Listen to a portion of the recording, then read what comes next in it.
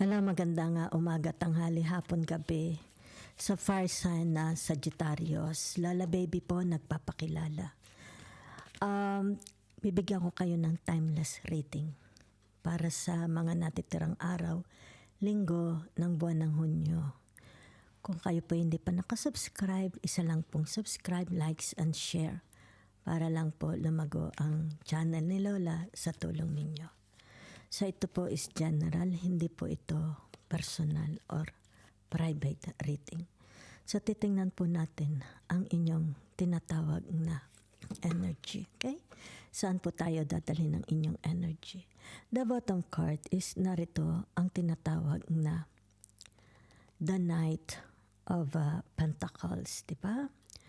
So, ibig sabihin nito, maaring for some of you, okay, tinatawag na you are ready for a new job, di ba? For a new work, okay? Maybe it has something to do about your profession, di ba?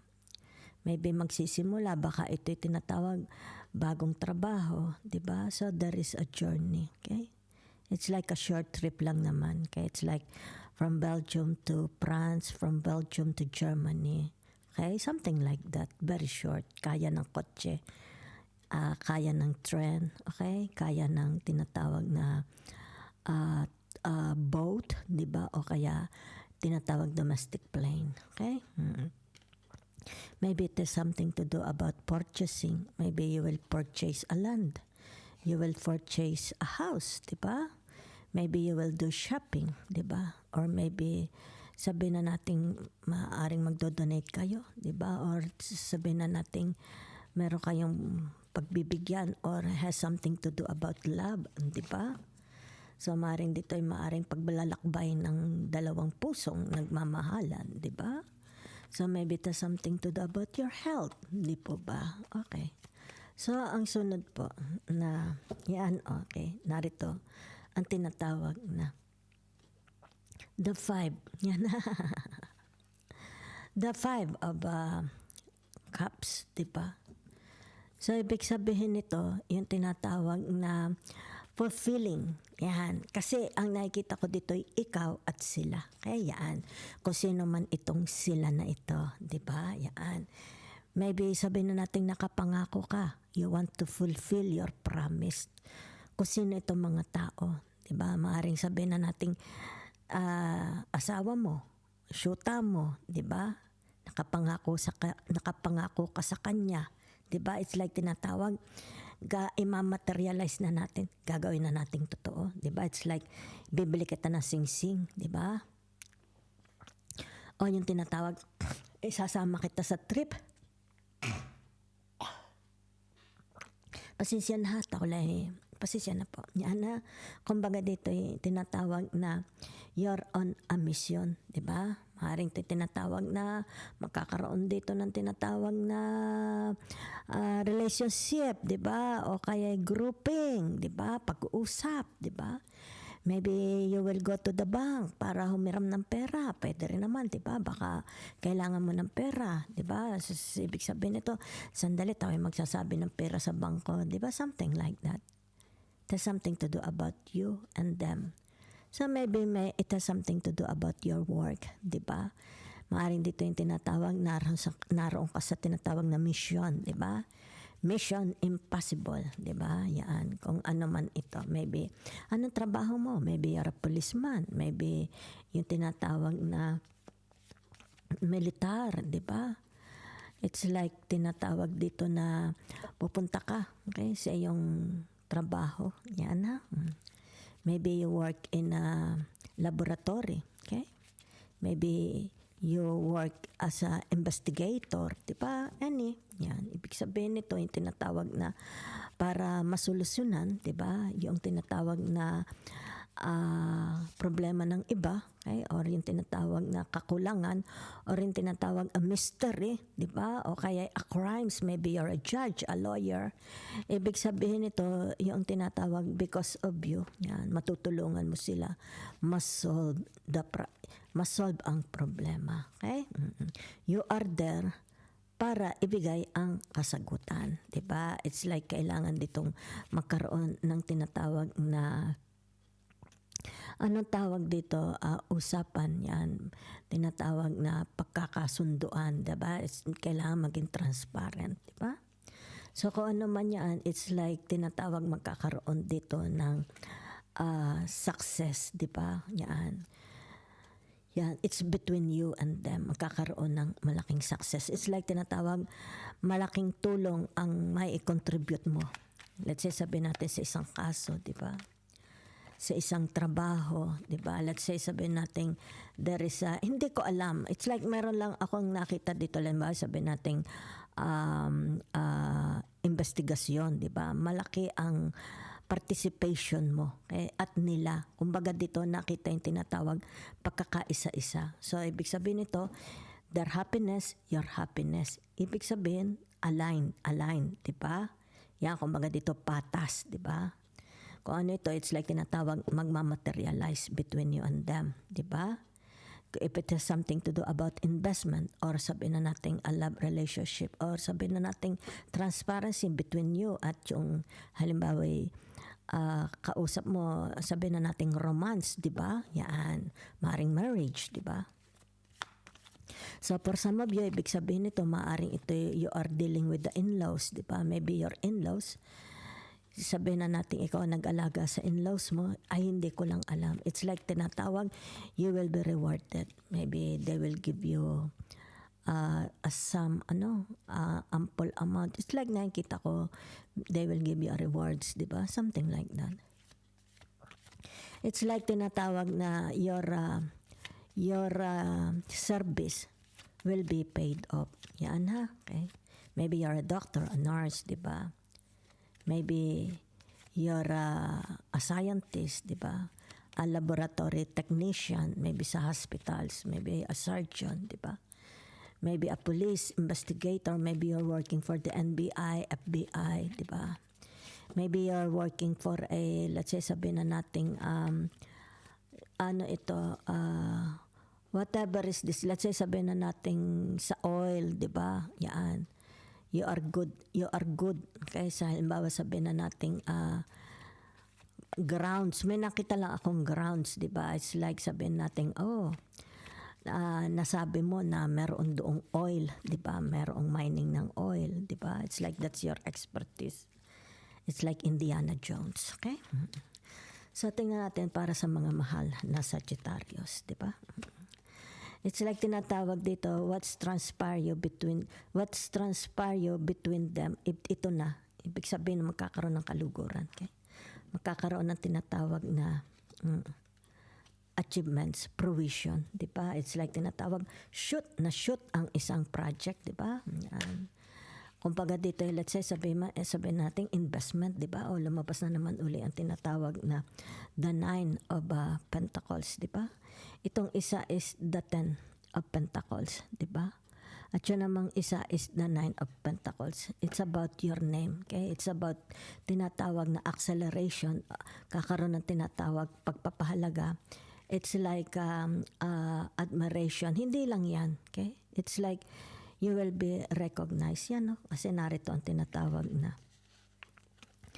the judgment, di ba? So, ibig sabihin nito, tinatawag maybe you will receive an award, di ba? Kumbaga dito yung tinatawag, meron kang na-solve na problema, okay? Maybe sabihin na natin sa nagtatrabaho ka sa anong maganda dito, ha? Okay, let's say sabihin natin laboratory, 'di ba? Kumbaga dito ay gumagawa siguro sila ng mga gamot for epidemics, 'di ba? Especially ngayon may mga bagong sakit na lumalabas uli.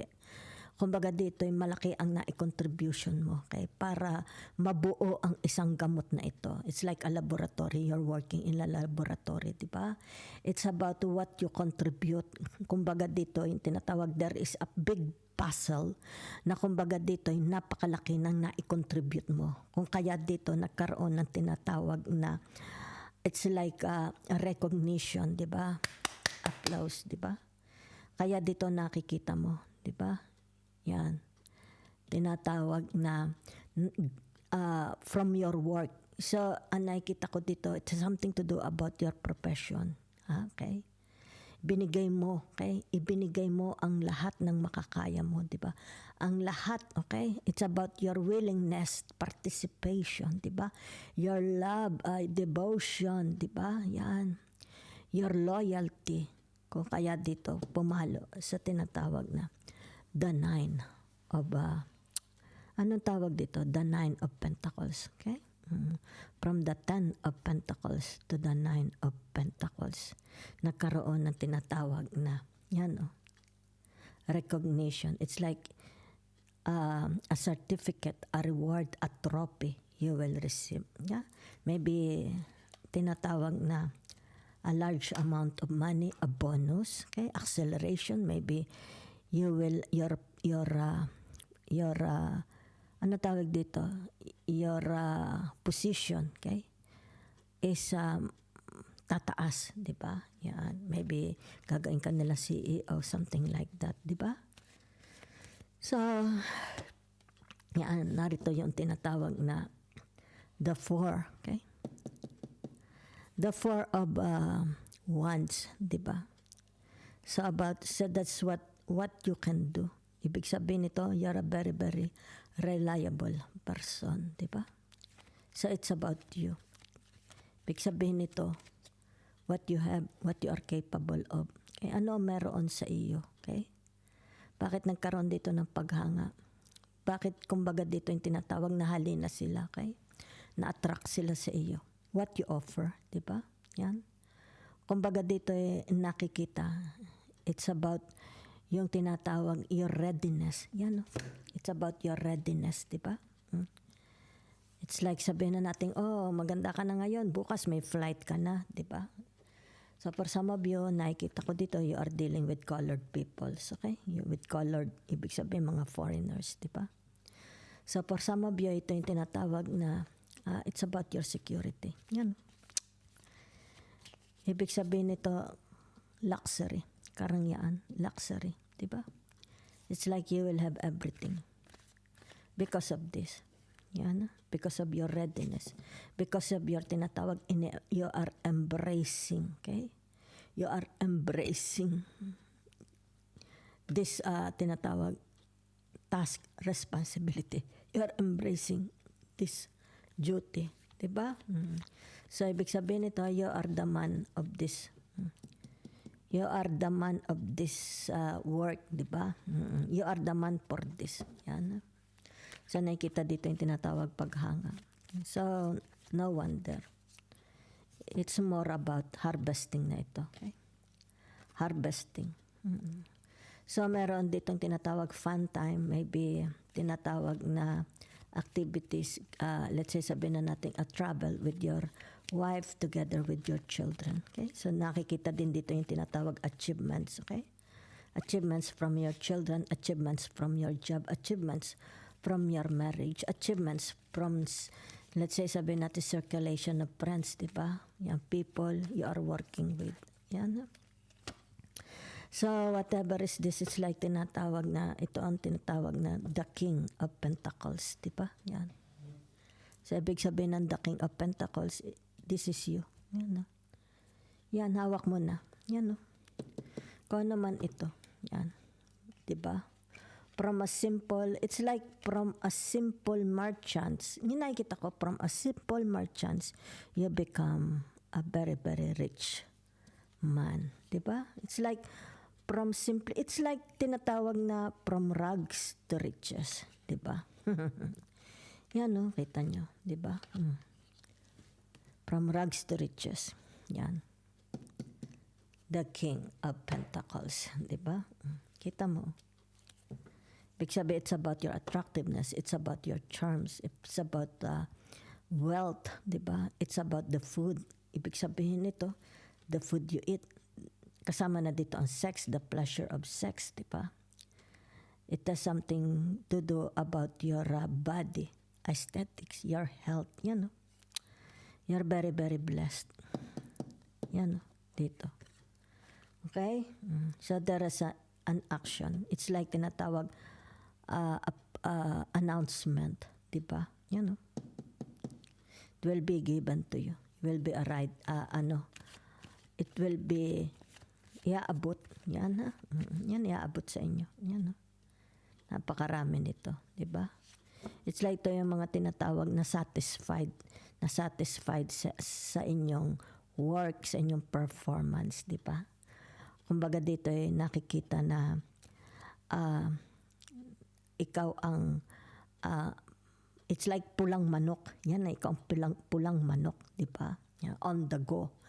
You're on the go. Yan dinidescribe dito. Ready, your readiness, di ba?